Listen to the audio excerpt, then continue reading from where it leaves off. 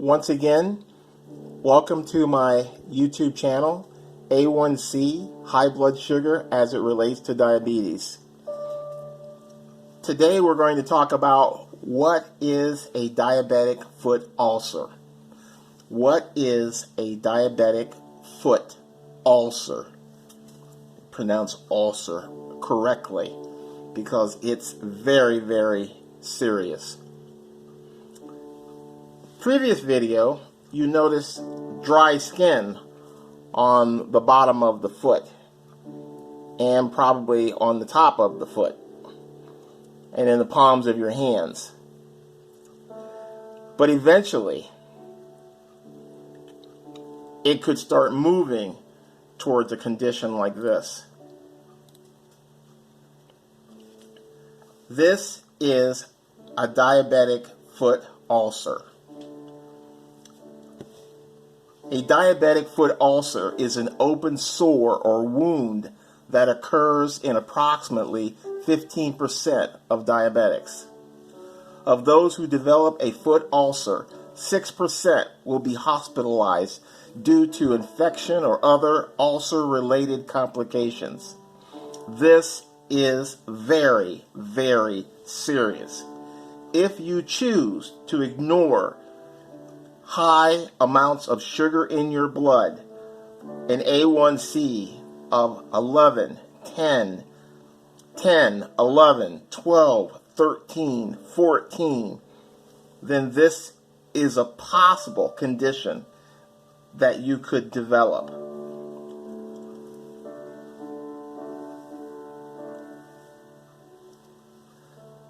Diabetes is the leading cause of non-traumatic lower extremity amputations in the United States, and approximately 14 to 24% of patients with diabetes who develop a foot ulcer will require amputation. This is a quality of life altering situation for you. If you lose a foot, your life is going to change dramatically.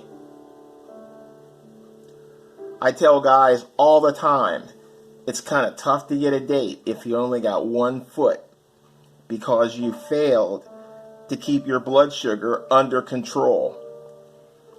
And the easiest way to do that is to talk to a certified diabetes educator or go get your blood sugar checked at one of these blood testing facilities and have them draw blood and check your A1C.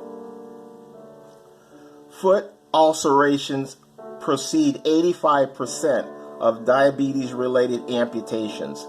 Research has shown, however, that development of a foot ulcer is preventable. Now let me repeat that. Foot ulcerations precede 85% of diabetes-related amputations.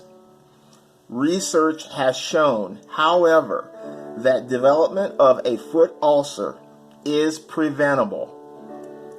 So it doesn't have to be like this. All you have to do is get your A1C checked and start making changes in diet, weight loss, and exercise, and you can keep from moving to this condition. This is where I was at 4 years ago. Now I do not have this problem, but if you develop this particular problem, this is where you'll be on your way to relatively soon. Anyone who has diabetes can develop a foot ulcer.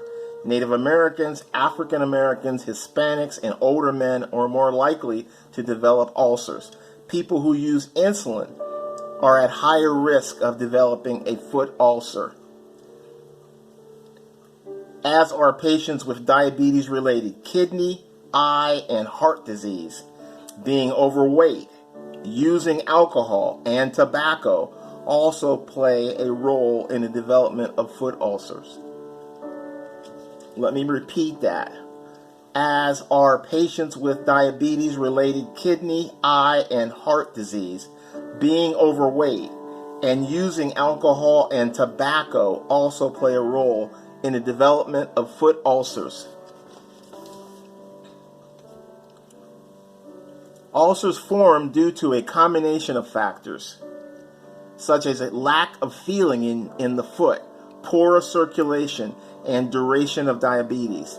Patients who have diabetes for many years can develop neuropathy, a reduced or complete lack of the ability to feel pain in the feet due to nerve damage caused by elevated blood glucose levels over time, meaning that you could develop neuropathy to the point of where you're walking around barefoot, walk outside, puncture a hole in the bottom of your foot, and not realize it until you notice the blood.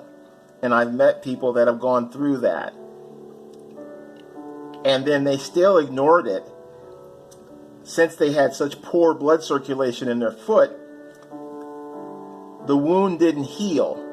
It developed gangrene, and they had to amputate their foot. The nerve damage often can occur without pain, and one may not even be aware of the problem. This is something that is easily overlooked. You may not realize that you've lost sensation in the bottom of your feet. Elevations in blood glucose can reduce the body's ability to fight off a potential infection and also slow healing. Basically, what they're saying is that if your sugar in your blood is too high, it's going to put a stress on your immune system, and it's going to make it difficult for your immune system in your body to protect your body from infections. It's basically high blood sugar suppresses your immune system. Because many people who develop foot ulcers have lost the ability to feel pain, pain is not a common symptom. Many times, the first thing you may notice is some drainage on your socks. Redness and swelling may also be associated with the ulceration, and if it has progressed significantly, odor may be present. One of the things I noticed when my foot was really dry like this is that I had terrible foot odor. But once I got my blood sugar under control, my foot odor went away. Once again, let me repeat that. Once I got my blood sugar under control, I no longer had foot odor. I was like, oh, these tennis shoes need to be thrown away. But that wasn't the problem at all. I was eating the wrong food, and I was not exercising, and I was too heavy. This is another condition that can happen to you. These conditions lead to amputation.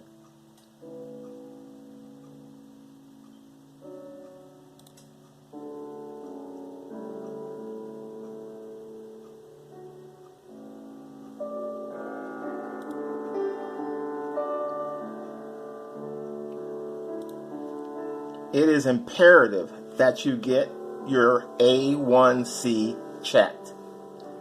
Find out where your blood sugar levels are, and if they're too high, get them under control. Don't let it lead to a quality of life changing situation to where you're actually probably going to be in a wheelchair. Or if they amputate your foot, then they'll probably give you a prosthetic, but that's going to mean you're going to have to go through physical therapy. It is going to be a significant amount of work to get you back up on at least one foot in a prosthetic, when all you really have to do is monitor the amount of sugar in your blood. And the best way to do that is to get an A1C test every 2 to 3 months. Change your diet, lose weight, exercise. Thank you for checking out my YouTube channel. Please subscribe. If you have any questions or any concerns, feel free to send me an email and I'll answer you as soon as I possibly can. And once again, thank you for reviewing my YouTube channel.